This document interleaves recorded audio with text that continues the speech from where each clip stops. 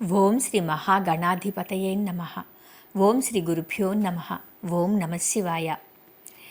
ఈరోజు శివపురాణంలో మొదటి జ్యోతిర్లింగం, ద్వాదశ జ్యోతిర్లింగాలలో మొదటి జ్యోతిర్లింగం సోమనాథుడు గురించి తెలుసుకుందాము. గురుదేవ, ఈశ్వరుడు దేశంలో 12 ప్రదేశాలలో జ్యోతిర్లింగంగా వెలిశాడు. వాటినే ద్వాదశ జ్యోతిర్లింగాలు అంటారు కదా. ఆ జ్యోతిర్లింగాల గురించి వివరించండి అన్నాడు కృష్ణశర్మ. చెప్పటం ప్రారంభించాడు రత్నాకరుడు. పరమేశ్వరుడు తన భక్తులను ఉద్ధరించాలనే కోరికతో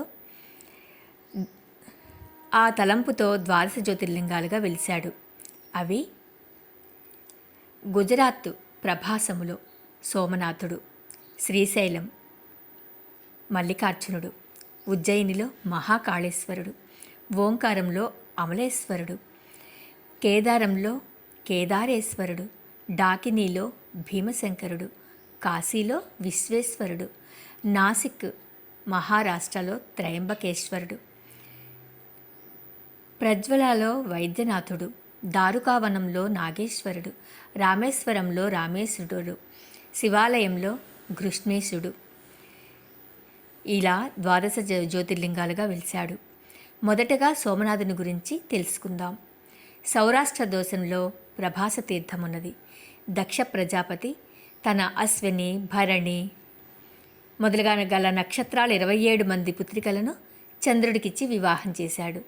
చంద్రుడు తన భార్యలందరిలోకి రోహిణి యందు ఎక్కువ అనురాగం కలిగి ఎక్కువ కాలం ఆమె వద్దనే గడిపేవాడు. ఈ విషయం మిగిలిన భార్యలకు బాధాకరంగా మారింది. వారంతా ఒక రోజున తండ్రి అయిన దక్ష ప్రజాపతి వద్దకు పోయి చంద్రుడు తమను నిర్లక్ష్యం చేస్తున్నాడని మొరపెట్టుకున్నారు. దక్ష ప్రజాపతి చంద్రుని పిలిచి, చంద్ర, నా కుమార్తెలు 27 మందిని నీకిచ్చి వివాహం చేశాను. నువ్వు అందరినీ సమంగా చూడాలి. అంతేగాని ఒకరిపై ఎక్కువ అనురాగము, వేరొకరిపై తక్కువ అనురాగము చూపకూడదు. ఈ ధర్మాన్ని గ్రహించి నీ భార్యలను జాగ్రత్తగా చూసుకో అన్నాడు. సరే అన్నాడు చంద్రుడు.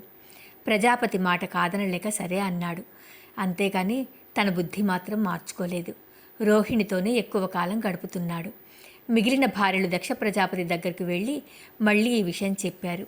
దాంతో కోపగించిన ప్రజాపతి చంద్రునికి క్షయవ్యాధి పీడితుడిని కమ్మని శాపం పెట్టాడు. చంద్రుడికి క్షయవ్యాధి సోకింది. రోజు రోజుకి కృషించిపోతున్నాడు.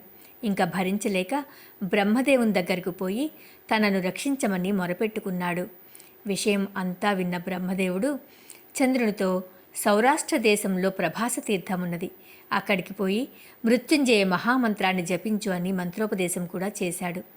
ప్రభాస తీర్థమున చాలా కాలము మృత్యుంజయ మంత్రజపం చేశాడు చంద్రుడు.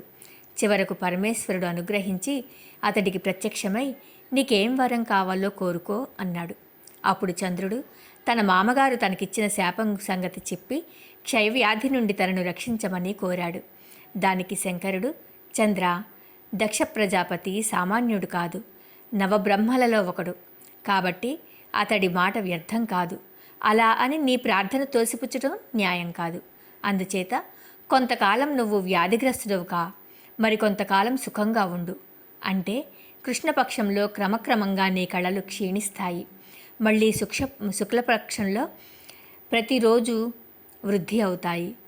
ఈ రకంగా పౌర్ణమి రోజున 16 కళలతో విరాజిల్లు, అమావాస్య రోజున కళావిహీనులవి అవుతావు అన్నాడు.